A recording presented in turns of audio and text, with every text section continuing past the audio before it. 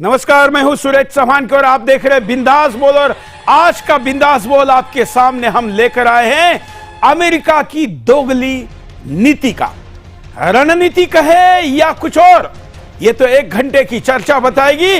लेकिन हिंदुस्तान के दोस्त का दिखावा करने वाले अमेरिका ने हिंदुस्तान के पीठ में खंजर खोपने का काम किया है, ऐसा दिख रहा है। जी हां, एक चिरकुट खालिस्तानी आतंकवादी जो हिंदुस्तान के हवाई जहाज को उड़ाने की धमकी देता है, पूरे एयरलाइंस को, एयर इंडिया को, जिसको कि पहले खालिस्तानी उड़ा चुके हैं, ऐसा पन्नू नाम का एक चिरकुट आतंकवादी को कोई भारत सरकार का अधिकारी किसी के द्वारा सुपारी देकर मरवा रहा है। इतना सार्वजनिक प्रोपेगेंडा करके चार्जशीट करने वाला अमेरिका का दोगला रवैया सामने आया है।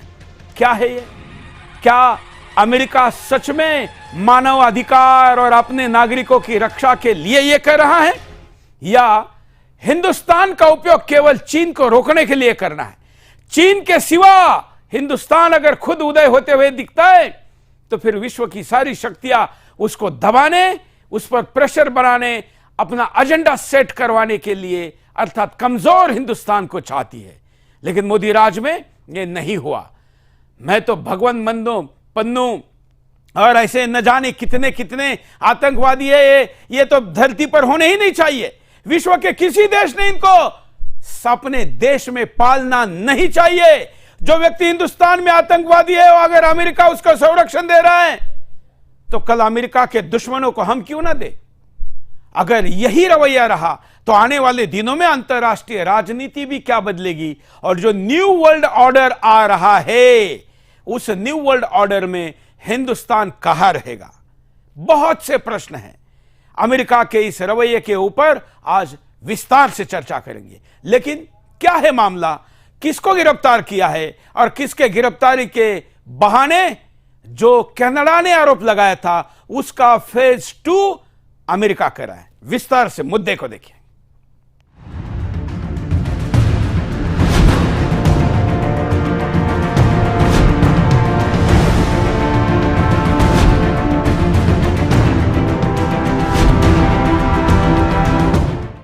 भारत और कनाडा के बीच खालिस्तानी आतंकी हरदीप सिंह निज्जर की हत्या को लेकर पैदा हुआ राजनयिक विवाद अभी तक सुलझा नहीं है कि खालिस्तानी आतंकवादी गुरुपतवंत सिंह पन्नू के मर्डर की साजिश के मामले ने कई नए विवादों को जन्म दे दिया है। न्यूयॉर्क की जिला अदालत में अमेरिका के जस्टिस डिपार्टमेंट ने चार्जशीट दायर कर दी है, जिसमें पन्नू की हत्या के षड्यंत्र को लेकर कई अहम जानकारी है। इस चार्जशीट में षड्यंत्र में शामिल लोगों की पूरी जानकारी है, जिसमें मुख्य आरोपी के तौर पर नाम है निखिल गुप्ता का। निखिल को चेक रिपब्लिक में गिरफ्तार किया जा चुका है। चार्जशीट में भारत सरकार के एक कर्मचारी का भी जिक्र किया गया है। दावा किया गया है कि इसी कर्मचारी ने निखिल से पन्नू को मारने का इंतजाम करने के लिए कहा था और पन्नू से जुड़ी सारी जानकारी भी इसी कर्मचारी ने निखिल को मुहैया कराई थी। अमेरिकी कोर्ट में दाखिल 15 पन्नों की इस चार्जशीट में लिखा गया है कि इस पूरे प्लान में कुल 4 लोग शामिल हैं। पहला निखिल गुप्ता, दूसरा तथाकथित भारत का सरकारी कर्मचारी, तीसरा वो बिचौलिया जिसने निखिल और शार्प शूटर के बीच डील करवाई, और चौथा है वो शार्प शूटर जिसे पन्नू को मारने की सुपारी दी गई थी। दावा किया जा रहा है कि इस प्लान की भनक अमेरिकी सुरक्षा एजेंसियों को पहले से ही थी और निखिल गुप्ता को रंगे हाथ पकड़ने के लिए ही ये जाल बिछाया गया। दरअसल निखिल ने जिस बिचौलिए की मदद से शार्प शूटर को हायर किया, वो दोनों ही अंडरकवर एजेंट निकले और निखिल को गिरफ्तार कर लिया गया। Bureau report, Sudarshan news.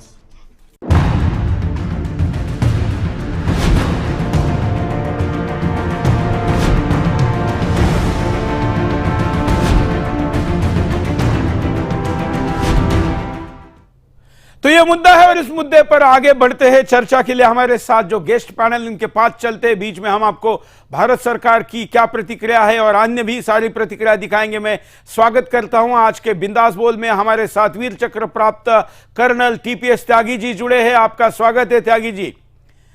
हमारे साथ उदित शाह जी है, कनाडा से एनआरआई है। और क्या इनका कहना है हमारे भारतीय अनिवासी भारतीय जो दुनिया भर में रहते हैं, उनका अमेरिका की इस दोहरे मापदंड पर क्या कहना है, बात करेंगे। हमारे साथ पूर्व पुलिस के अधिकारी वेदभूषण जी हैं, क्योंकि हम इसमें क्रिमिनल वाला एंगल दिया गया है तो उस दृष्टिकोण से भी बात करेंगे। हमारे साथ अन्य लोग भी जुड़े हुए, हम उनके पास भी जाएंगे। रमेश ठाकुर जी थोड़ी देर में हमारे साथ जुड़ेंगे, लेकिन सबसे पहले मैं उदित शाह जी के पास चलता हूं। और उदित शाह जी, क्या यह कोई सरप्राइजिंग है या कोई बड़ी बात नहीं है, अमेरिका अपने स्वार्थों के लिए किसी से भी कुछ भी करता है? हाँ, नमस्ते सभी पैनलिस्ट को। आपकी बात सही है, ये सरप्राइजिंग नहीं है। अमेरिका की दोहरी नीति तो हमेशा से चल रही है। अमेरिका में एक एस्टैब्लिशमेंट है जो ज्यादा करके गवर्नमेंट लेवल, उनका जो है लव हेट रिलेशनशिप भारत से बहुत वर्षों से चल रहा है। बिजनेस जो बिजनेस सेक्शन है अमेरिका का, वो भारत के साथ अच्छी मित्रता चाहता है, क्योंकि भारत के साथ संबंध बढ़ाने से उनका जो है व्यापारिक फायदा है। परंतु स्टेट में जो गवर्नमेंट लेवल है उसमें कुछ लोग जो है भारत के बहुत ही अगेंस्ट है, क्योंकि भारत जो है वो अपना खुद का जो है मत हमेशा प्रस्तुत करता है, वो अमेरिका की हाँ में हाँ नहीं मिलाता है। तो ये जो है ये सरप्राइजिंग नहीं है, भारत को ये पता होना चाहिए। हमारे जयशंकर जी बहुत अच्छा सारे देशों के सामने होते हैं, लेकिन पन्नून जो है वो जस्टिन ट्रूडो का पार्लियामेंट में स्टेटमेंट आया, तभी उन्होंने हिंदुओं को धमकी दी थी कनाडा में कि सारे हिंदुओं कनाडा छोड़ दो, कनाडा तुम्हारा देश नहीं है, यहाँ तुम्हें नहीं रहना है, हम लोग जो है तुमको नहीं रहने देंगे।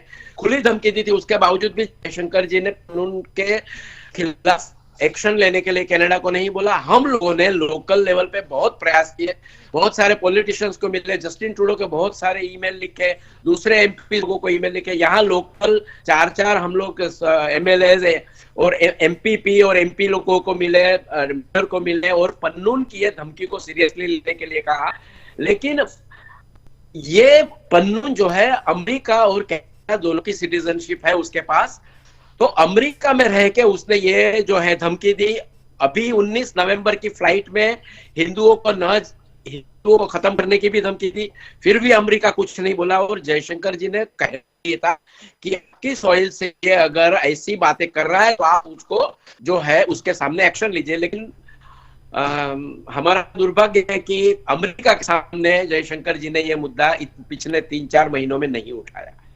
लेकिन अमेरिका ये कर सकता है, क्योंकि अमेरिका चाहता है कि भारत उनकी बात सुने। भारत नहीं सुनता है। वो रशिया के पास से ऑयल लिया, ईरान के पास से ऑयल लिया, रशिया से S-400 मिसाइल्स लिए, यूक्रेन में वो अपना भारत ने स्वयं का जो है वो स्टैंड रखा अलग।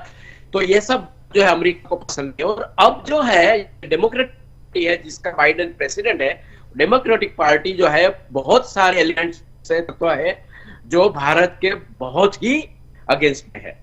बिल्कुल। तो पहली प्रतिक्रिया हमने हमारे एनआरआई की ली। अब मैं राजनीतिक विश्लेषक के रूप में रमेश ठाकुर जी,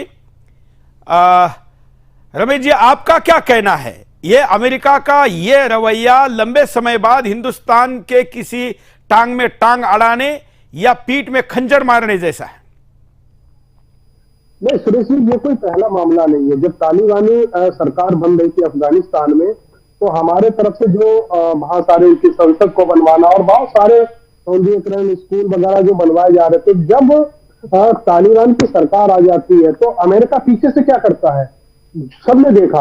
उसके बाद में तालिबानियों को हमारे खिलाफ भड़काने की कोशिश की, लेकिन अमेरिका एक बात तो जानता है कि ये आज का भारत है, हम भड़काने से कोई कुछ नहीं कर पाएंगे। और यही कमोबेश इसमें इस बार हो रहा है। अब जिस तरीके से देखिए, मुझे लगता है देखो द्विपक्षीय जो हमारा संबंध अमेरिका के साथ में है, इस घटना से कोई फर्क नहीं पड़ने वाला है, इतना हमें मान लेना चाहिए। ये आतंकी घटना है। अगर उनकी जांच एजेंसी FBI को लगता है कि इसमें साजिश में भारत का रोल है, तो भारत ने पहले ही कह दिया, विदेश मंत्रालय ने स्पष्टीकरण कल ही दे दिया है कि अगर आपको लगता है आप हमें सबूत दो, वरना हम आपको सबूत देते हैं। एक जांच कमेटी होम मिनिस्ट्री की तरफ से बनाई गई है और दूध का दूध पानी का पानी कर देंगे।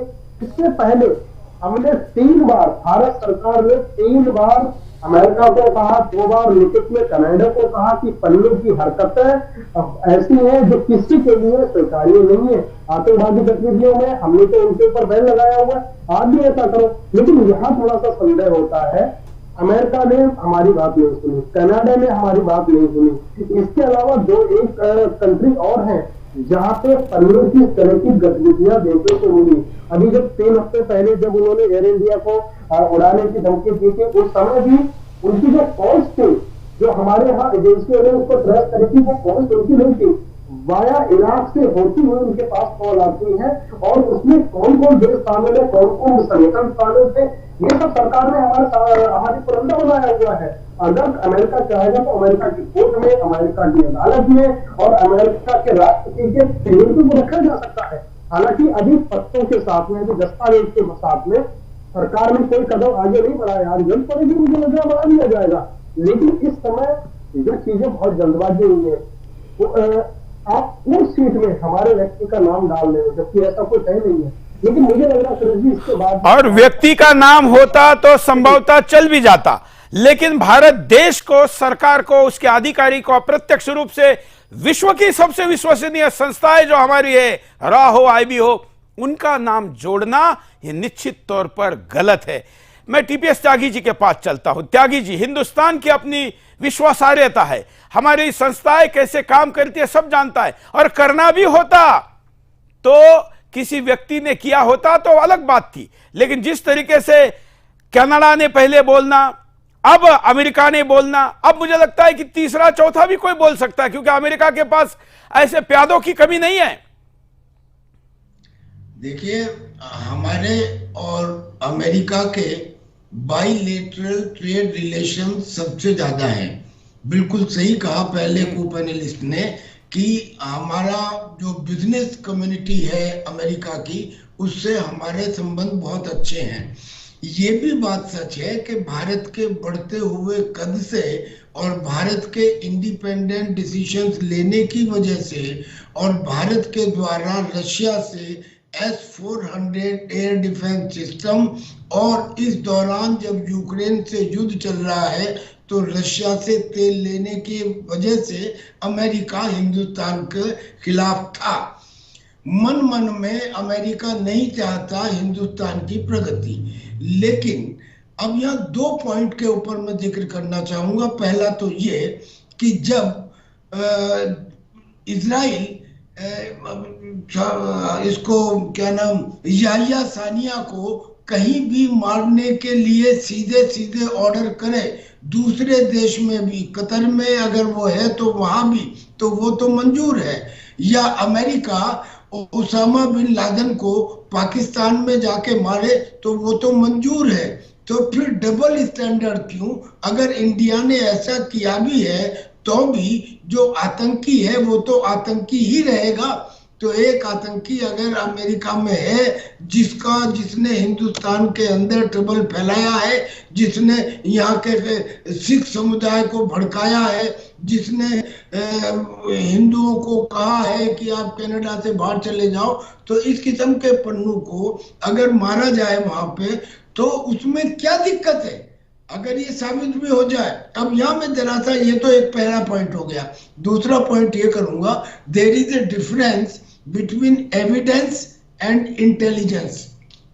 अब जो कनाडा में हुआ, उस कनाडा में डिप्लोमेटिक लेवल में जो बातचीत हुई, उन बातचीत को रिकॉर्ड कर लिया गया और उनके बेसिस के ऊपर ये कह दिया गया कि इंडियन एजेंट का हाथ उस निज्जर की हत्या में है। हालांकि डिप्लोमेटिक लेवल की बातचीत को एविडेंस नहीं माना जा सकता, ना किसी कोर्ट में पेश किया जा सकता, तो लिहाजा वहां तो ये बिल्कुल गलत था। लेकिन इस केस में जो एविडेंस है वो एविडेंस ये प्रूव करती है कि yes there is somebody, Nikhil Gupta, yes there is somebody in the intelligence agencies, yes there is a sharpshooter, yes $150,000 have been offered, yes the cover member of the enforcement agencies of America is there who has been making all these inquiries which were given through Nikhil Gupta by the intelligence officer whosoever he may be. तो इस case में evidence के इस basis के ऊपर New York के south district court में एक मुकदमा लगा दिया गया। अब मेरा ये कहना है, मान लीजिए कि अगर ये ठीक भी है तो इसमें आतंकी को मारने में क्या बुराई है?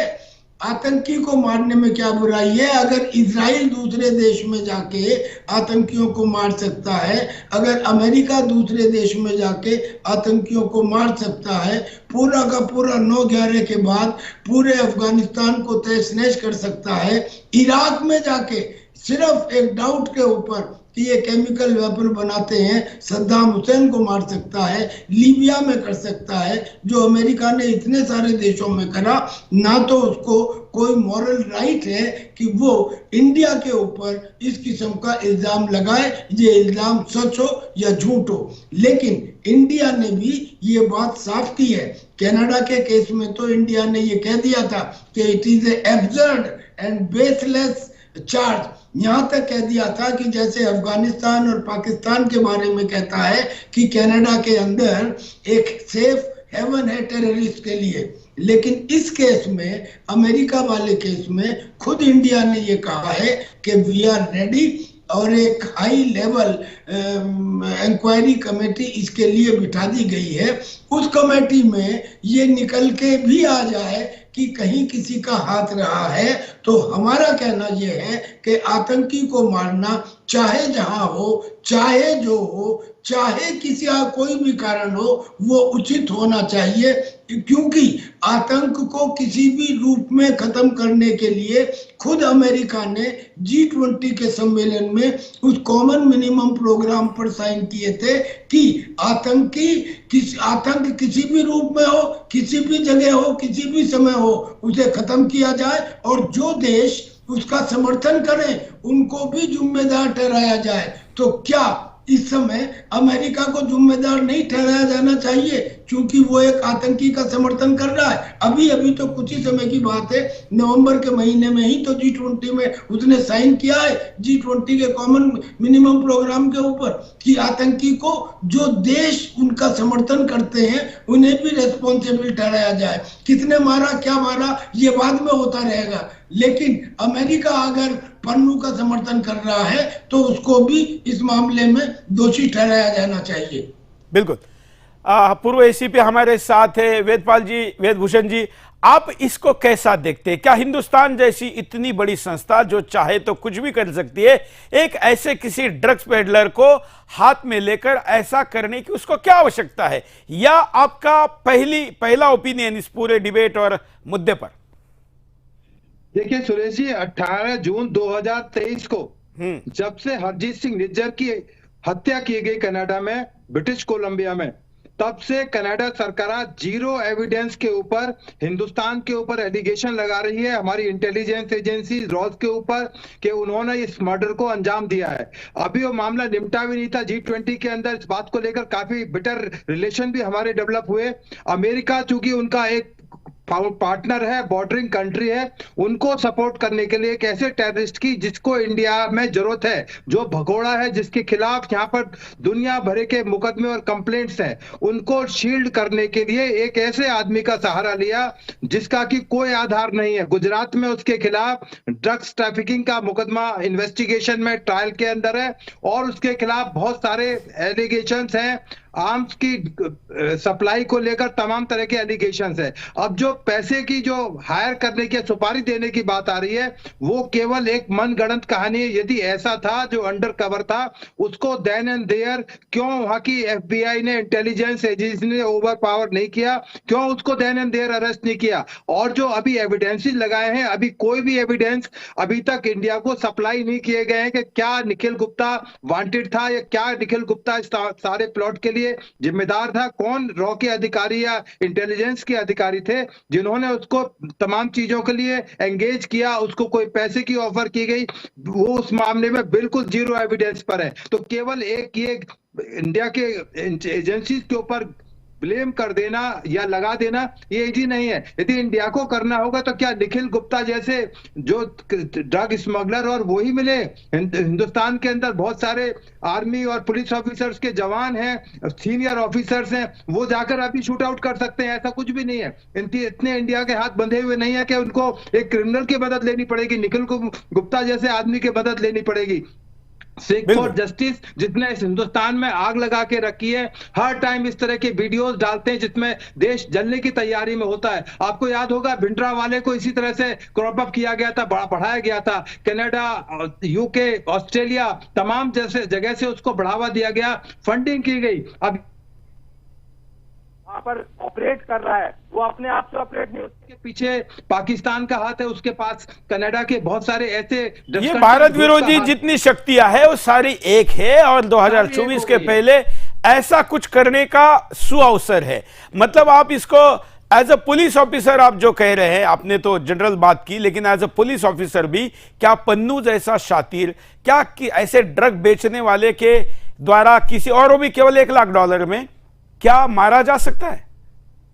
अब बिल्कुल $1 लाख तो कोई अमाउंट ही नहीं। और फिर पुलिस को, हिंदुस्तान की गवर्नमेंट की पॉलिसी ऐसी, हमारे देश की पॉलिसी ऐसी नहीं है। अमेरिका की पॉलिसी ऐसी हो सकती है कि दूसरे कंट्री में जाके Saddam Hussein, Osama bin Laden, तमाम लोगों को वो मर्डर कराते हैं वहां पर, तमाम वहां के प्रेसिडेंट लाइव वहां पर देख रहे हो। हमारे देश की पॉलिसी कभी ऐसी रही थी, ना रही है, ना रहेगी इस तरह की कोई पॉलिसी कि हम दूसरे देश में जाकर अपने क्रिमिनल्स को मारें। ये वहां की सरकारों को देखना चाहिए, कनाडा और अमेरिका को, वो किस तरह से उनको पाल रहे हैं, पोस रहे हैं इंडिया के खिलाफ, हमारे खिलाफ। वो उनकी लैंड के ऊपर जिस तरह से एक आतंकवादी जिहाद चलाया जा रहा है, तमाम तरह की चीजें की जा रही है। कनाडा में आपने देखा कि किस तरह से एक जुलूस निकाले गए इंडिया के खिलाफ, क्या किया कनाडा की सरकार ने। इसी तरह अमेरिका के अंदर तमाम तरह के जो खालिस्तानी थे, उन्होंने सैन फ्रांसिस्को के अंदर आग लगा दी, हमारे कॉन्सुलेट के ऊपर, लंदन के ऊपर अटैक किया गया, ऑस्ट्रेलिया के अंदर तमाम तरह के धरने प्रदर्शन किए गए। परंतु वहां की सरकारें,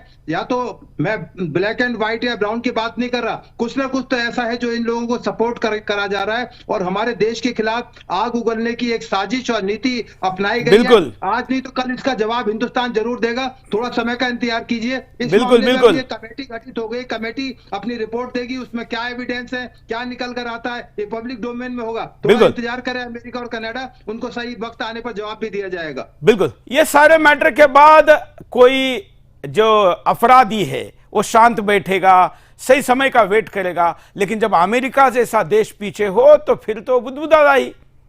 अब देखिए, जब उसके बारे में बात हो रही है तो उस समय पन्नू धमकी दे रहा है, उल्टा चोर कोतवाल को डांटे, ये नहीं, ये उल्टा आतंकवादी सरकार को डांटे वाली बात में बात करता है। क्या कहा सुनिए। मारने का षड्यंत्र। जे भारत दे विच दम है, जे कोशिश कीती है तुसी मारन दी मैनू, ते हुण तुसी बकरियां वांगू लुको ना, खुलेआम कहो, take the responsibility and stay world wide कि तुसी अटेम्प्ट कीती है। जे भारत दे विच दम है, जे कोशिश कीती है तुसी मारन दी मैनू, ते हुण तुसी बकरियां वांगू लुको ना, खुलेआम कहो, take the responsibility and stay world wide कि तुसी अटेम्प्ट कीती है। जे भारत दे विच दम है, जे कोशिश कीती है तुसी मारन दी मैनू, ते हुण तुसी बकरियां वांगू लुको ना, खुलेआम कहो, take the responsibility and stay world wide कि तुसी अटेम्प्ट कीती है। वैसे तो ये किसी कार्टून चैनल पर दिखाना चाहिए था, लेकिन हां, हिंदुस्तान के विरुद्ध धमकी की बात है तो फिर किसी कार्टून को भी हम नहीं छोड़ेंगे। लेकिन ये अब तक जितनी धमकियां दे चुका है, एक भी धमकी पूरी नहीं कर चुका है। उल्टा यही प्रधानमंत्री की पंजाब में हत्या करने के षड्यंत्र के पीछे है। इसने तब भी वीडियो जारी करके अपनी बात को कहा था, लेकिन तब हमने नहीं एक्शन लिया। मुझे तो लगता है कि हमने एक्शन लेने में देरी की और इसी का फायदा अमेरिका जैसे देश उठा रहे हैं। अब मैं दूसरे राउंड के लिए प्रतिक्रिया के लिए हमारे अतिथियों के पास चलूं तो उसके पहले आपको एयर इंडिया की इसकी धमकी भी दिखा देता हूं कि तब भी इसने क्या कहा था। We are asking the Sikh Panth to not fly Air India. 19 ਨਵੰਬਰ ਤੋਂ ਗਲੋਬਲ ਬਲੌਕੇਡ ਤੇ 에ਅਰ ਇੰਡੀਆ ਦੁਨੀਆ ਦੇ ਵਿੱਚ ਚੱਲਣ ਨਹੀਂ ਦਿੱਤੀ ਜਾਏਗੀ। ਸਿੱਖ ਪੰਥ ਵਾਲਿਓ 19 ਨਵੰਬਰ ਤੋਂ ਬਾਅਦ 에ਅਰ ਇੰਡੀਆ 'ਚ ਸਫ਼ਰ ਨਹੀਂ ਕਰਨਾ, ਜਾਨ ਨੂੰ ਖਤਰਾ ਹੋ ਸਕਦਾ ਹੈ। ਔਰ ਸਾਡਾ ਇਹ ਸੁਨੇਹਾ ਹੈ ਭਾਰਤ ਨੂੰ, ਇੰਦਰਾ ਗਾਂਧੀ ਇੰਟਰਨੈਸ਼ਨਲ 에ਅਰਪੋਰਟ 19 ਨਵੰਬਰ ਨੂੰ ਬੰਦ ਰਹੇਗਾ। ਇਹ 19 ਨਵੰਬਰ ਉਹੀ ਹੈ ਜਿੱਦਣ ਵਰਲਡ ਟੈਰਰ ਕੱਪ ਦਾ ਫਾਈਨਲ ਵੀ ਹੈ। ਦੁਨੀਆ ਦੇ ਵਿੱਚ ਦੱਸ ਦਿੱਤਾ ਜਾਏਗਾ ਕਿ ਭਾਰਤ ਨੇ, ਹਿੰਦੁਸਤਾਨ ਨੇ ਸਿੱਖਾਂ ਦੀ ਨਸਲਕੁਸ਼ੀ ਕੀਤੀ ਸੀ ਤੇ ਇਹ 에ਅਰਪੋਰਟ ਦਾ ਨਾਂ ਸ਼ਹੀਦ ਬੇਅੰਤ ਸਿੰਘ, ਸ਼ਹੀਦ ਸਤਵੰਤ ਸਿੰਘ ਖਾਲਿਸਤਾन एयरपोर्ट होएगा जो पंजाब आजाद करवाया। वहां बैठ के नाम दे रहा है, वो भी देश के राष्ट्रीय राजधानी के एयरपोर्ट को। ये तो इसका, लेकिन ये तो अपराध क्या ऐसा अमेरिका के लिए कोई करे तो अमेरिका छोड़ेगा? वो तो पाताल में जाकर भी दुश्मन को मारने की बात करता है। कितने दूर थे, इराक कितना दूर था, अभी भी ईरान कहां है, अफगानिस्तान कहां है, लेकिन वहां घुसकर उसने मारा। पाकिस्तान की संप्रभुता तो थी नहीं। लेकिन दोनों बातें इसमें है, मैं पैनल के पास चलूंगा। जब इतने अंतर्राष्ट्रीय स्तर पर चर्चा हो रही है तो उसके बाद भी इस प्रकार की धमकी, पैनल को लीजिए, तब भी इतने बड़े पैमाने पर यह धमकी देने का साहस कर सकता है। आखिर यह साहस इसको देता कौन है? उदित जी। मिलता है यहाँ कनाडा देश में, अगर बोलो तो यहाँ के प्राइम मिनिस्टर और उनकी कैबिनेट से मिलता है, क्योंकि उनकी जो सरकार है वो खालिस्तानी समर्थकों की कारण ही टिकी हुई है। ये दूसरी उनकी टर्म है, उसमें भी खालिस्तानियों के समर्थन से टिकी हुई है। अमेरिका की अगर बात करें तो अमेरिका जो है वो विश्व की सबसे दम्भी सरकार है। उनकी दंभ नीति जो है, राजनीति को हम दंभ नीति बोल सकते हैं, और दंभवाणी करते हैं। पूरे विश्व में जहां भी उनके सामने अगर कोई होता है तो पूरे विश्व में कहीं भी कोई भी देश में जाके किसी को भी कभी भी मार सकते हैं। परंतु अब उनकी ही धरती पे अगर कोई आतंकवादी है तो उसको नहीं मार सकते। और भारत, क्योंकि भारत हमेशा स्वतंत्र रहा है, अमेरिका की बात नहीं सुनता है, इसलिए अमेरिका जो ये बात सहन नहीं कर सकता है। इसलिए भिन्न भिन्न तरीके से भारत को घुटने पे लाने के प्रयास करते हैं। जैसे कतार के मामले में भी पीछे अमेरिका का ही हाथ है, ऐसा सब लोग मानते हैं। तो इन लोगों को समर्थन, बहुत बहुत मजबूत समर्थन यहाँ कनाडा के राजकारण से मिलता है, और इसलिए ये इतनी खुलेआम बात कर सकते हैं। खुलेआम बात इसीलिए करता है कि इसको लगता है कि अमेरिका मेरे पीछे है, और अमेरिका जब पीछे है तो इसका कुछ होने वाला नहीं है। लेकिन ये ज्यादा दिन ऐसा कर नहीं पाएगा, मैं आज ही भविष्यवाणी करता हूं। और इस सुदर्शन के मीडिया मंदिर से की हुई भविष्यवाणियां विफल नहीं होती। पाकिस्तान में भी कई अज्ञात लोगों ने, कई लोग ठोक दिए हैं। अगर जरूरत पड़ी तो ज्ञात भी ठोके जा सकते हैं, लेकिन सरकार की ऐसी नीति दिख नहीं रही है। मुझे तो लगता है कि अमेरिका 24 के चुनाव के पहले कुछ भारत सरकार पर दबाव बनाकर कुछ अपना एजेंडा सेट करवाना चाहता है। मुझे याद है, मैं अभी प्रतिक्रिया लूंगा त्यागी जी की, ट्रंप ने कहा था कि मोदी जी बहुत टफ निगोशिएटर है, इनके साथ निगोशिएट करने के लिए बहुत ज्यादा टफ है निगोशिएटर। तो क्या यह अवसर के तौर पर देख रही है अमेरिका? इसमें अमेरिका का क्या अवसर है, ये हमारी समझ से बाहर है। इसमें अमेरिका का हमें कोई अवसर नजर नहीं आता 2024 में, क्योंकि ये कहानी 2013 से शुरू होती है। देखिए 2013 में हमारी एक काउंसिल जनरल थी, डिप्टी काउंसिल जनरल, जो न्यूयॉर्क में थी, उसको गिरफ्तार कर लिया गया था एक वीजा फ्रॉड के केस में। लिहाजा हमने यहाँ पे अमेरिकन एम्बेसी के सिक्योरिटी कवर को बंद कर दिया। 2014 में मोदी जी आए तो हमारे रिलेशन जो अमेरिका के साथ फ्रीज हो चुके थे वो दोबारा से बहाल होने शुरू हुए। यानी कि America is inclined to certain extent towards Modi. उन्होंने उनको बुलाया भी। तो 2024 में वो मोदी के कहीं खिलाफ होंगे या 2024 में कोई षड्यंत्र हमारे इलेक्शंस में करेंगे, ऐसा हमें नहीं लगता। बल्कि वहां जो डिबेट चल रही है वो डिबेट ये चल रही है कि रिपब्लिकन पार्टी में तो ट्रंप है, वो ट्रंप को तो मान लेते हैं कि वो ट्रंप अवसरवादी है, और मगर जो डेमोक्रेट्स हैं वो डेमोक्रेट्स का ये कहना है कि हम किस चीज को ज्यादा वरीयता दें, क्या हम वैल्यूज को ज्यादा वरीयता दें या अपने इंटरेस्ट को ज्यादा वरीयता दें। तो उनके हिसाब से वैल्यूज को वरीयता देना ज्यादा है।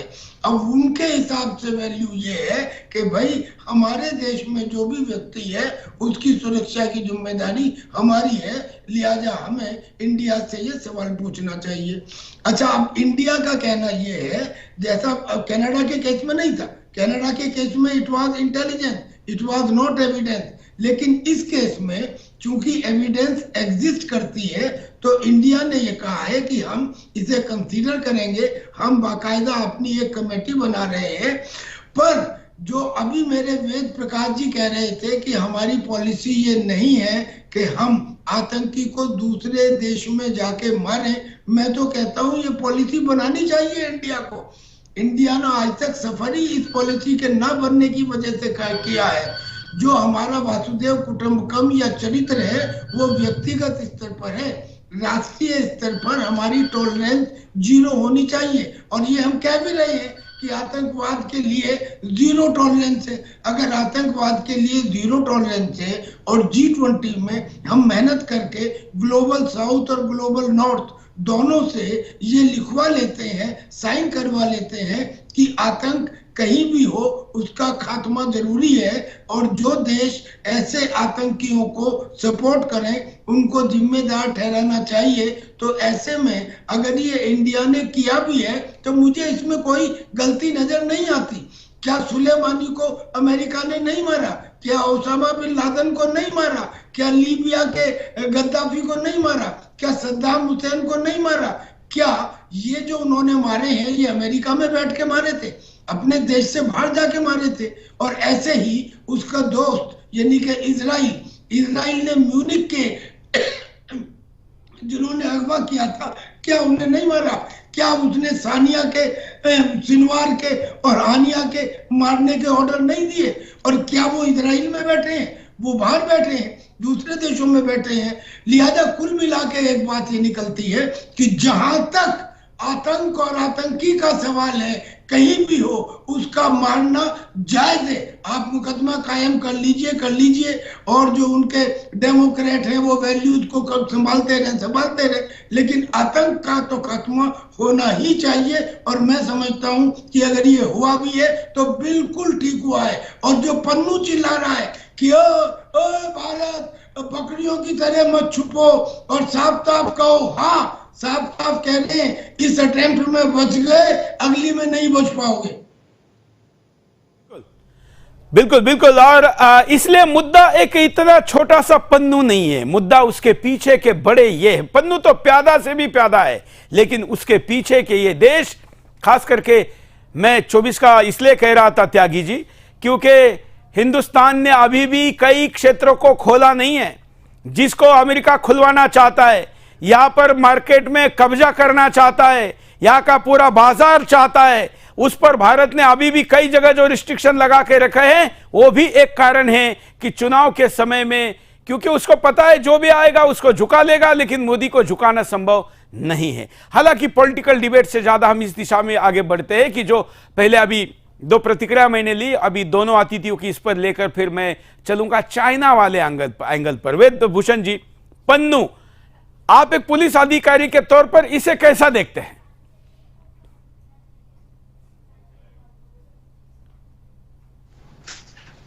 अब धीरे धीरे खत्म होने के कगार पर है। आपने देखा, चाइना का नाम लिया, रशिया का नाम लिया, इजराइल का नाम लिया, अफगानिस्तान का नाम लिया जाता, जिस तरह से अफगानिस्तान छोड़कर अमेरिकियों को भागना पड़ा। अब उनकी मजबूरी है कि नए क्षेत्र, नए फील्ड तैयार किए जाएं, उनके हथियार बिकते रहे, उनकी दादागिरी बरकरार बनी रहे। पन्नू आप बिल्कुल ठीक करें तो वो एक बहुत छोटा प्यादा है, वो एक केवल उनका फेस है। उस फेस के सहारे वो इंडिया में लड़ना चाहते हैं, जिसको कि वो लड़कर जीत नहीं पाएंगे, क्योंकि आज हमारे पास जो लीडरशिप है, आज जो हमारे पास ताकत है, आज जो हमारी शक्ति है, अब हम इस पोजीशन में है कि हम कनाडा को भी जवाब दे चुके हैं। हमारे प्रधानमंत्री ने, हमारे विदेश मंत्रालय ने उनको बहुत मजबूती से ठोक कर जवाब दिया है, और आज इस मामले में भी भारत अमेरिका को जवाब देने की स्थिति में है। यही उनकी छटपटाहट है, यही उनकी परेशानियां है कि वो चारों तरफ से जो उनकी दादागिरी और उनकी एक्शन चल रहे थे पूरी दुनिया में, धीरे धीरे खात्मे की तरफ है। अब लोग अमेरिका की तरफ उंगली उठाकर बात करने लगे, छोटे छोटे देश बात करने लगे। ये उनकी छटपटाहट है, क्योंकि अब उन्होंने जो एक मैनहट्टन कोर्ट के अंदर जो एक अधकच का मुकदमा बिना किसी एविडेंस के डाल दिया है, बिना किसी प्रॉपर इन्वेस्टिगेशन के, बिना किसी अरेस्ट के। अब वो निखिल गुप्ता चेक रिपब्लिक में अरेस्ट होकर वहां डिपोर्ट होकर चले जाएगा, उसका ट्रायल हो जाएगा। परंतु जिन और लोगों का, 5 लोगों का नाम लिया गया है, कौन अंडर कवर थे, कौन CC1 है जिसको नाम दिया गया है, 5 लोग कौन थे, कब अरेस्ट करेगा अमेरिका, ये एक बहुत बड़ा सवाल है। क्योंकि वो कोर्ट में एक डाल देना, क्योंकि अपने पीठ मजबूत करने के लिए, या जिस तरह से वो एक चला रहे हैं अपने कंट्री के अंदर हिंदुस्तान के खिलाफ, हिंदुस्तान को तोड़ने के लिए, खालिस्तान नहीं, क्या ऐसा भी हो सकता है कि कुछ लोग ऑलरेडी गिरफ्तारी में हो उनकी? बिल्कुल, क्योंकि जिस तरीके से कतर ने पहले बताया नहीं, पाकिस्तान ने भी हमारे जाधव के बारे में बताया नहीं, बाद में चीजें सामने आई, तो मामला अगर गर्म करते जाना है तो ऐसा हो सकता है। हाँ बिल्कुल, उन्होंने हो सकता है डिटेन कर रखे हो, क्योंकि अमेरिका हर तरह का छल कपट, ताकत, हर तरह का इस्तेमाल करने के लिए पूरी दुनिया के अंदर जाना जाता है। त्यागी जी ने बड़े एलोबरेट तरीके से बताया, जो उदित शाह जी कनाडा से बता रहे थे कि अमेरिका किस तरह की हरकतों तक जा सकता है। वो अपनी दादागिरी को कायम करना चाहता है, इसके लिए वो किसी भी हद तक जा सकता है। इसी क्रम के अंदर जो उनकी FBI है, उनकी इंटेलिजेंस एजेंसीज ने, उन्होंने रॉ के अधिकारियों के नाम लिखकर या कुछ और लोगों के नाम लिखकर जिस तरह से ये हरकत की है, इसका जवाब हिंदुस्तान की इन्वेस्टिगेशन के बाद, तमाम कमेटी की रिपोर्ट के बाद हिंदुस्तान जरूर उसका जवाब देगा। थोड़ा इंतजार करे अमेरिका। अब वो हिंदुस्तान नहीं है कि अमेरिका ने आंख दिखाई, पाकिस्तान दबक के छुप के बैठ जाता था। और आप डिबेट कर रहे हैं। बिल्कुल बिल्कुल, मैं आपके पास पुनः आता हूं। रमेश ठाकुर जी, भारत की राजनीति अभी इस पर कोई प्रतिक्रिया नहीं दे रही, शायद 3 तारीख पास होने की वेट है या क्या है? नहीं सुरेश जी, इस पे पॉलिटिकल किसी तरीके से बयान देने की सरकार को जरूरत भी नहीं है।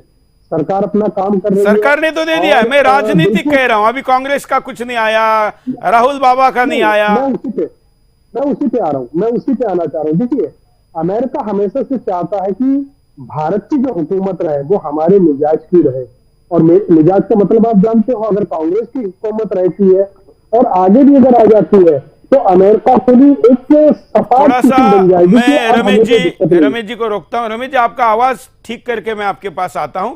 कंट्रोल रूम आपका आवाज ठीक कर ले, थोड़ा आवाज फट रहा है। मैं अभी भारत सरकार के तरफ से क्या कहा गया, विदेश मंत्रालय के प्रवक्ता अरिंदम बागची क्या कहते हैं मीडिया के सामने इस भूमिका पर, देखिए। Inputs very seriously, and a high-level inquiry committee has been constituted to look into all के नीतियों के खिलाफ अंतर्राष्ट्रीय स्तर पर संगठन अपराध, तस्करी करना और चरमपंथियों की भी सांठगांठ, कानून प्रवर्तन जैसी एजेंसियों को इसी वजह से मामले में उच्च स्तरीय कमेटी हम नियुक्त कर रहे हैं। committee has been constituted to look into all the relevant aspects of the matter, and necessary follow-up action will be taken based on the findings of the inquiry committee. You would have seen this in our statements that we have issued. मतलब जैसे अभी थोड़ी देर पहले हमारे panelist ने भी कहा कि क्योंकि अब इसमें अमेरिका ने एविडेंस वाली बात की है, तो फिर भारत सरकार ने इसकी जांच की भी बात की है। भारत एक जिम्मेवार देश है और ऐसा अतीत रहा नहीं है भारत का, और इसीलिए हाँ, ये जरूर है कि हमारे देश में कुछ एजेंसी किलिंग हुए हैं, बड़े पैमाने पर होते रहे, वो अब हमने अभी भी नहीं होने दिए, लंबे समय से बंद है, पिछली सरकारों में भी बंद हो गए थे। पहले 30 वर्षों तक तो, या 30-40 वर्ष में कह सकता हूं कि ये चलते रहे, लेकिन अब नहीं हो रहे। और इसलिए भी ऐसे लोगों को जहां मन चाहिए वहां चाकर जो भी कर सकते हैं, यहां नहीं कर पा रहे, यह भी उनके लिए एक बड़ी बात है। अब मैं इस एंगल पर आता हूं, मैं उदित शाह जी से बात करूंगा। उदित जी, क्या अमेरिका, जो कि दुनिया का हवलदार कहिए, दुनिया का सीईओ कहिए, या दुनिया का मालिक बनना चाहता है, न्यू वर्ल्ड ऑर्डर में भी अपनी ऑर्डर नंबर 1 स्टेबल करना चाहता है, क्योंकि न्यू वर्ल्ड ऑर्डर में चाइना या भारत की तरफ सब कुछ झुक रहा है, लेकिन ऐसे में चाइना को किसी भी तरीके से दबाए रखने के लिए भारत का उपयोग किया जा रहा है। हालांकि अमेरिकन कंपनियां चाइना से निकलकर सीधे भारत में नहीं आई, कई वियतनाम में गई, कई बांग्लादेश में गई, क्योंकि सारे अगर यहां पर आएगी तो फिर भारत का और ज्यादा गति से विकास होगा। शायद इसकी चिंता अमेरिका को है। इसलिए पाकिस्तान जैसा प्यादा हमेशा ही अमेरिका चाहता है, जो जब चाहे जो करवा के ले ले। भारत तो ऐसा करता नहीं है। अभी आप लोगों ने कई उदाहरण दे दिए। तो क्या चीन को दबाना है, चीन को एक नंबर बनने नहीं देना है, लेकिन चीन को दबाने के चक्कर में भारत को एक नंबर नहीं बनने देना है, यह सावधानी का भी कोई इसमें कोई खेल है उदित जी? हाँ, क्योंकि पहले जो उन्होंने भूल की, चाइना में सारे अपनी इंडस्ट्रीज डाल दी और उनको उस समय इस बात का कोई भी अंदाजा नहीं रहा कि आगे जाके 20-25 साल में चाइना जो है उनसे टक्कर लेगा। तो ये भूल वो लोग भराना नहीं चाहते थे, इसलिए उन्होंने सारी इंडस्ट्रीज जो है भारत में रिलोकेट नहीं की और अलग अलग देशों में भी फैला दी। ये बात बिल्कुल सही है। दूसरी तरफ, जैसे पहले मैंने कहा, वैसे अमेरिका में अभी नहीं थी, पिछले 30-40 सालों में हमेशा ये दुविधा में रहा है कि एक सेक्शन ऐसा है जो भारत के साथ मैत्री चाहता है, दूसरा सेक्शन ऐसा है जो भारत दबाना चाहता है, क्योंकि उनको पता है कि अगर भारत अपने पैर पर खड़ा हो गया तो दुनिया का सबसे नंबर 1 देश बन सकता है। इतनी हमारी अंदर जो है वो शक्ति है, उन्हें पता है। इसलिए वो लोग जो है नहीं चाहते हैं कि भारत की भी तरह अधिक से अधिक मजबूताई प्राप्त करे। तो ये उनकी नीति के कारण और उन्होंने जो है वो सारी इंडस्ट्रीज भारत में रिलोकेट नहीं की। और राजकारण में दो पक्ष, राजकारण में भी बिजनेस सेक्शन तो पूरा भारत के साथ में है, लेकिन राजकारण में अधिकतर लोग जो है वो भारत के विरोध में ही है। क्योंकि मैं अगर सरल भाषा में बोलूं ना, तो वो ये लोग जो है सहन नहीं कर सकते कि भारत जो है वो सबसे बड़ा हो जाए, क्योंकि भारत में वो क्षमता है, लेकिन उसको थोड़ा समय लगेगा। 2014 तक तो वो अवसर भी नहीं था भारत के पास, अब अवसर आया है, समय लगेगा। लेकिन अमेरिका नहीं चाहता है कि भारत किसी भी तरह अधिक मजबूत हो जाए। ये उनकी नीति है, ऐसा मेरा मानना है। बिल्कुल त्यागी जी, अगर हम वैसे भारत फोर्सेस के अगर लिस्ट बनाएं तो चाइना से ज्यादा अमेरिकन एनजीओज, अमेरिकन एस्टेब्लिशमेंट, इसकी लिस्ट ज्यादा बड़ी होती है। सर मैं समझा नहीं आपका सवाल। मेरा प्रश्न यह है कि भारत को अस्थिर करने वाली शक्तियों की लिस्ट अगर हम बनाएंगे, अंतरराष्ट्रीय शक्तियों की, डोमेस्टिक लोकल शक्तियों की, तो जिनके पीछे अमेरिका है, ऐसे शक्तियों की लिस्ट ज्यादा बड़ी है चाइना की तुलना में। मतलब अमेरिका हमें स्टेबल नहीं रहने देना चाहता।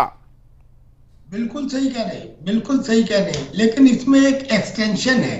एक्सटेंशन ये है कि अमेरिका दुनिया के किसी भी देश को आगे नहीं आने देना चाहता। उसमें से भारत पहली पंक्ति में एक देश है, क्योंकि भारत अमेरिका से बड़ी डेमोक्रेसी है। और ये भी अब तय हो गया है कि 2030 तक भारत हो सकता है कि चीन और अमेरिका दोनों से बड़ी अर्थशक्ति बन जाए, सबसे बड़ा फाइनेंशियल पावर बन जाए। तो भारत से उसको डर भी है, लेकिन अब आवश्यकता अमेरिका को भारत की इसलिए है कि इंडो पैसिफिक में चाइना को रोकने के लिए, चाइना की एक्सपेंशनिस्ट पॉलिसी को पे कंट्रोल करने के लिए भारत के अलावा दूसरा कोई देश नहीं है। लिहाजा आज की तारीख में अमेरिका को भारत की ज्यादा जरूरत है। भारत को भी जरूरत है और भारत की जरूरत भारत के प्रधानमंत्री पूरी भी करवा रहे हैं। आपने देखा होगा कि हिरोशिमा में प्रधानमंत्री वहां गए, वहां पे उन्होंने G7 की मीटिंग में भाग लिया, क्वेड की मीटिंग में भाग लिया। अमेरिका गए, अमेरिका से उन्होंने तेजस के इंजन को न केवल लेने के बल्कि उसके टेक्नोलॉजी ट्रांसफर के ऊपर भी अमेरिका की सहमति करवाई। तो भारत को जितनी जरूरत है उतना वो अमेरिका से ले रहा है, लेकिन ज्यादा जरूरत अमेरिका को है भारत की। और अमेरिका ने करीब 750 मिलिट्री बेसिस हैं अमेरिका के, और किसी देश के हैं क्या? चाइना के हैं क्या? रशिया के हैं क्या? भारत के हैं क्या? और वो जो मिलिट्री बेसिस हैं और वो जो उसके एनजीओ हैं, भारत के अंदर तो कई एनजीओ ऐसे हैं जो अमेरिका की तरफ से फंडेड है और भारत के खिलाफ काम करते हैं। उन एनजीओ के ऊपर हमारी प्रेजेंट सरकार ने एक अंकुश कसा और उनका फॉरेन कंट्रीब्यूशन रेगुलेटरी एक्ट के अंदर जो रजिस्ट्रेशन था वो कैंसिल किया। इसीलिए कैंसिल किया गया क्योंकि अमेरिका से पैसा आता था, गतिविधि वो भारत के खिलाफ करते थे, उनका कार्य क्षेत्र भारत होता था। आपने बिल्कुल सही बात ये कही है, 100% हम इससे सहमत हैं कि अमेरिका के ज्यादा नॉन गवर्नमेंट ऑर्गेनाइजेशन, बहुत सारी एजेंसी काम कर रही हैं।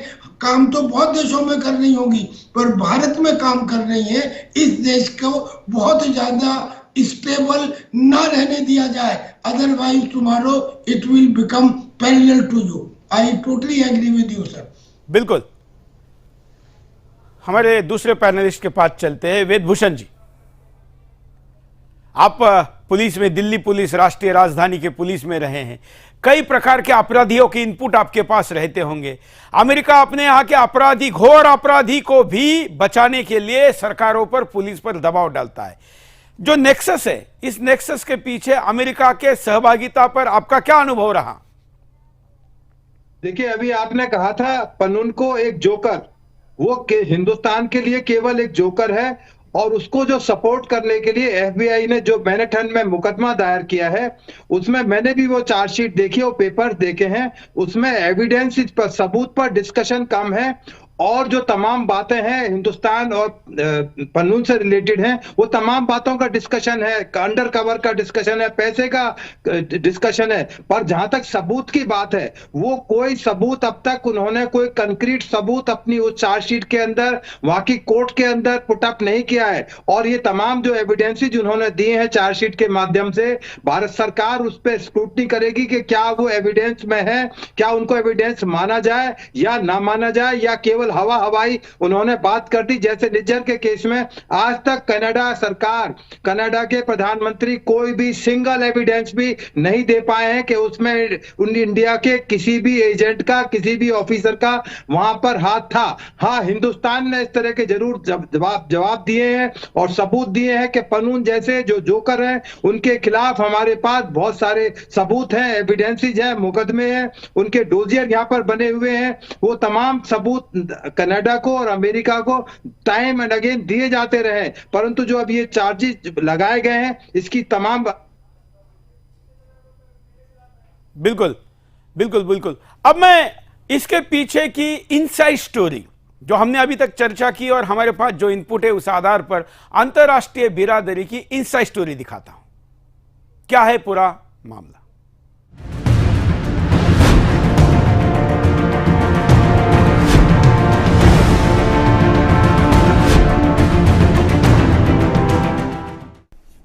अंतरराष्ट्रीय मंच पर भारत के बढ़ते दबदबे से एशिया में तो पहले ही खलबली थी, लेकिन अब पश्चिमी बिरादरी भी पीठ पीछे भारत के खिलाफ जाल बुनने में लगी है। खालिस्तान आतंकी गुरपतवंत सिंह पन्नू की हत्या के षड्यंत्र के एक भारतीय की गिरफ्तारी भी शंका पैदा कर रही है। खालिस्तानी आतंकी हरदीप सिंह निज्जर की हत्या को लेकर पैदा हुआ राजनयिक विवाद अभी थमा नहीं कि अमेरिका में खालिस्तानी नेता पन्नू के मामले में अमेरिका का रुख समझ से परे है। आतंकवाद की चोट खाया अमेरिका खुद क्यों आतंकवादियों को शरण दे रहा है? शरण ही नहीं, पूरी वीवीआईपी ट्रीटमेंट दे रहा है, कुछ भी करने, बोलने, करने की आजादी दे रहा है। अगर ऐसा नहीं होता तो गुरु पर्व के मौके पर न्यूयॉर्क में भारतीय राजदूत तरनजीत संधू से बदसलूकी की कोशिश क्यों होती? अरदास की जगह संधू को घेर कर उन्हें निज्जर का कातिल क्यों कहा जाता? ये सब कुछ पन्नू के इशारे पर खालिस्तान समर्थकों ने अंजाम दिया। ये पहली बार नहीं है। कुछ दिन पहले ही इंग्लैंड के स्कॉटलैंड में भी खालिस्तानी समर्थकों ने भारतीय उच्चायुक्त विक्रम दुरई स्वामी को गुरुद्वारे जाने से रोका था। दरअसल America, Britain, Canada, Pakistan, Australia में पाकिस्तान के इशारे पर खालिस्तानी मुद्दे को भड़काया जा रहा है और इसके लिए आईएसआई की यूनिट खालिस्तान समर्थकों को सपोर्ट, ट्रेनिंग और फंडिंग तक कर रही है। पाकिस्तान के इशारे पर खालिस्तानी अमेरिका से लेकर ऑस्ट्रेलिया तक भारत विरोधी प्रोजेक्ट चला रहे हैं। सीधे शब्दों में कहें तो खालिस्तानियों को खुलकर खेलने के लिए तमाम पश्चिमी देश पाकिस्तान और चीन के साथ मिलकर एक व्यूह रच रहे हैं, लेकिन वो भूल रहे हैं कि आउट ऑफ कंट्रोल खालिस्तानियों का खामियाजा अमेरिका को भी भुगतना पड़ सकता है और आज के भारत को अंडर एस्टिमेट करना अपने आप में ही बड़ी भूल साबित होगा। Bureau report, Sudarshan news.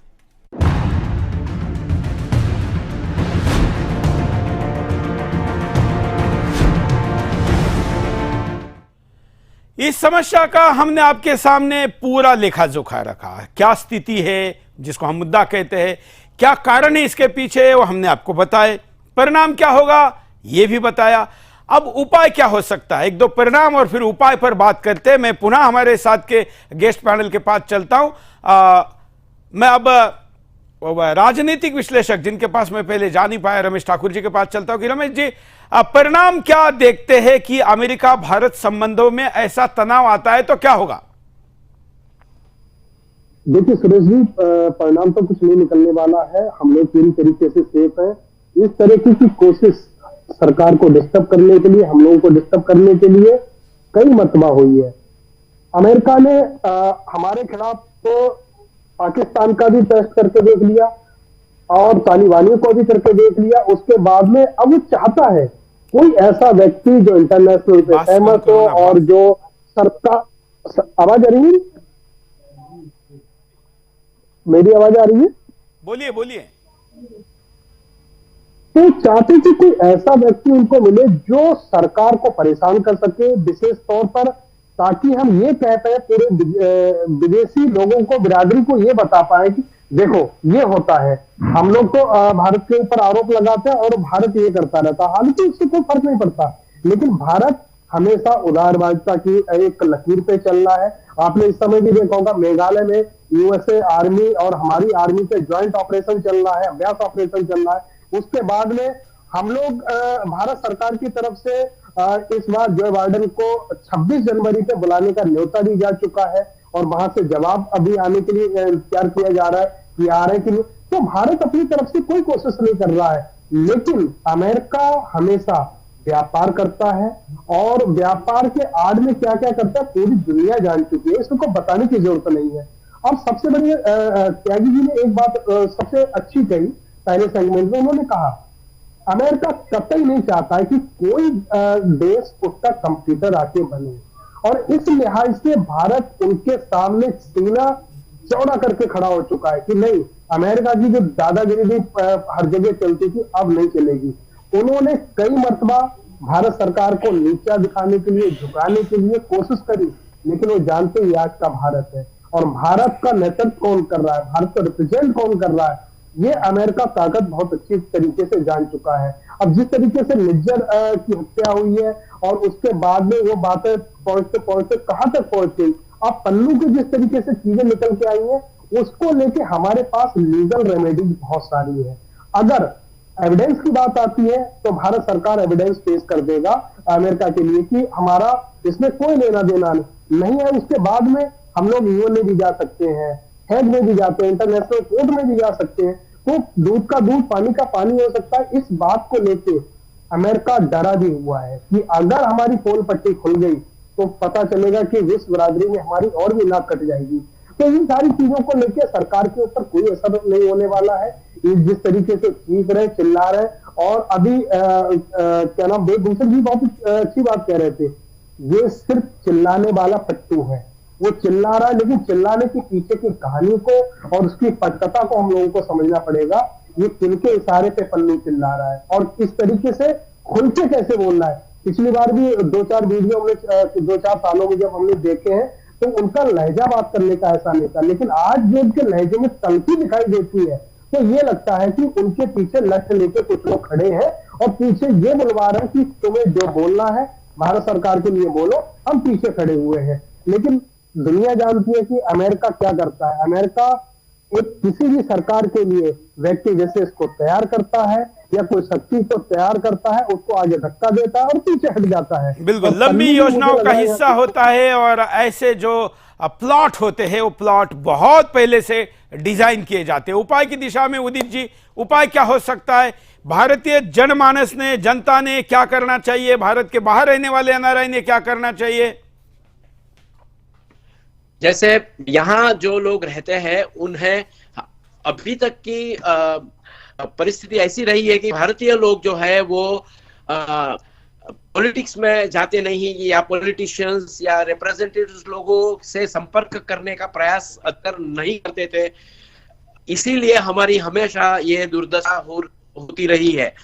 हमें पॉलिटिशियंस लोगों से बात करनी चाहिए, उनको पता होना चाहिए कि हिंदू लोग भी वोट करते हैं और हिंदू लोग भी जो है इलेक्शन के ऊपर जो है वो प्रभाव डाल सकते हैं। तो अभी ये यहाँ कनाडा में अभी शुरू हुआ है। हम लोग यहाँ लोकल बहुत सारे एमपीपीस को, 2 एमपीस को, मेयर को मिले, बहुत सारे ईमेल्स लिखे।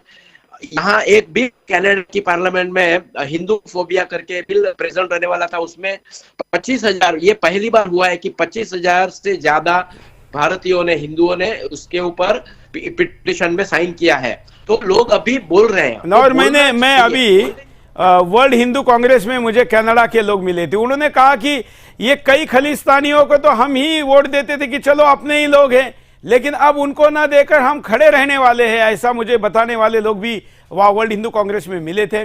मैं अब टीपीएस त्यागी जी के पास चलता हूँ। त्यागी जी, आप एक वीर चक्र प्राप्त सेना के अधिकारी रहे हैं, आप सीमा पर लड़ना भी जानते हैं और कैसे रणनीति बनाने के लिए सरकार इन सारे शक्तियों का उपयोग करती है ये भी जानते हैं। तो सरकार क्या करे? देखिए, पहले तो मैं जरा सा जिक्र करूं कि इस अमेरिका वाले केस में जो इन्वेस्टिगेशन हुए हैं, उन इन्वेस्टिगेशन में एक अच्छी बात आ गई है, और वो अच्छी बात जब उनके पूरे डिस्कशन को पढ़ो तो वो ये है कि निज्जर की हत्या में इंडियन एजेंट का हाथ नहीं था। ये वही कबूल कर रहे हैं, निखिल गुप्ता और वो सीएस, यानी कि जो अंडर कवर है एनफोर्समेंट एजेंसीज ऑफ अमेरिका का। तो एक बात तो गलत साबित हो गया कि कनाडा ने जो ये कहा था कि इंडियन एजेंट है, वो गलत साबित हो गया। सरकार को क्या करना चाहिए? अभी देखिए 26 जनवरी को बिडेन को भी और जो क्वेड लीडर्स हैं, यानी कि जापान के प्रधानमंत्री, ऑस्ट्रेलिया के प्रधानमंत्री, उनको भी 26 जनवरी को हिंदुस्तान में बुलाया जा रहा है। लिहाजा ऐसे में किसी किस्म की तलखी एक गुड टेस्ट में नहीं होगी, तो हमको एब्जॉर्ब करना चाहिए और अमेरिका भी एब्जॉर्ब करेगा। आपका विश्लेषण की मैं तारीफ करता हूं कि ये जो हो रहा है असलियत में it is at the behest of Pakistan, क्योंकि पाकिस्तान खालिस्तानी मूवमेंट को शे दे रहा है, और ये जो थोड़े बहुत खालिस्तानी है, ऑस्ट्रेलिया में हो, ब्रिटेन में हो, कनाडा में हो या अमेरिका में हो, ये पाकिस्तान की शे के ऊपर इनको ताकत मिलती है। लेकिन एनआरआई जो है, जो कनाडा के अंदर हिंदू हैं, जब ये वाला निजर वाला केस आया तो उन हिंदुओं ने खुल्लम खुल्ला कनाडा की सरकार का और उस संगठन का जो खालिस्तानी समर्थक है उसका विरोध करना शुरू किया। नतीजा क्या हुआ? गुरुद्वारों में जो हिंदुओं के खिलाफ पोस्टर लगाए गए थे वो उतार दिए गए, फाड़ दिए गए। इतना ही नहीं, हालांकि न्यूयॉर्क में हमारे जो राजदूत है उनके साथ बदतमीजी का भी प्रयास हुआ। जी उनका प्रयास हुआ, लेकिन फर्क ये पड़ा कि जो कनाडा के रहने वाले लोग हैं, जो कैनेडियन ने कह दिया कि हम खालिस्तानियों को अपने मकान किराए पर नहीं देंगे, जिनको दे रखे हैं उनसे कहा कि तुरंत खाली कर दो।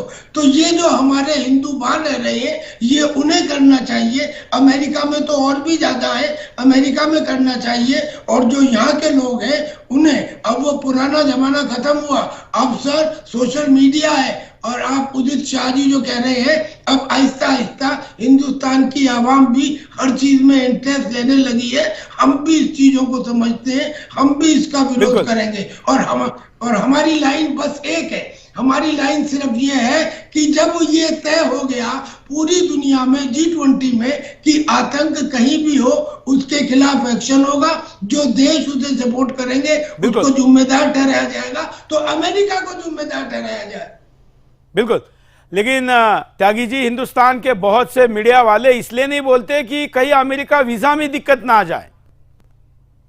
बिल्कुल ठीक कह रहे, बिल्कुल ठीक कह रहे, बिल्कुल ठीक कह रहे। अब वो ऐसे बिकाऊ मीडिया की हम क्या बात करें। बिल्कुल, और इसलिए मीडिया ने भी आवाज जोर जोर से उठानी चाहिए। हिंदुस्तान की दर्शकों की इतनी बड़ी संख्या है कि अमेरिका जैसे देशों पर भी एक इंटरनेशनल ओपिनियन बनाने में इसका उपयोग होता है। आप चारों का बहुत बहुत धन्यवाद, आप हमारे साथ जुड़े और इस कार्यक्रम में हमारे साथ रहे। अभी 9 बजे का कार्यक्रम शुरू होगा और इसमें जो विषय बचे होंगे उसको आप 9 बजे में देख पाएंगे। आपने महत्वपूर्ण विषय बताया कि जो बाकी मीडिया चैनल्स हैं वो डरते हैं कि भाई वीजा नहीं मिलेगा, और हम जो वहाँ पर थाईलैंड में गए थे और जिस तरीके से हमने प्रस्तुत किया और सुदर्शन वर्ल्ड के बारे में भी जरा अगर जिस तरीके से पेश किया है, तो अब नई शुरुआत जो है बिल्कुल बिल्कुल बिल्कुल बिल्कुल बिल्कुल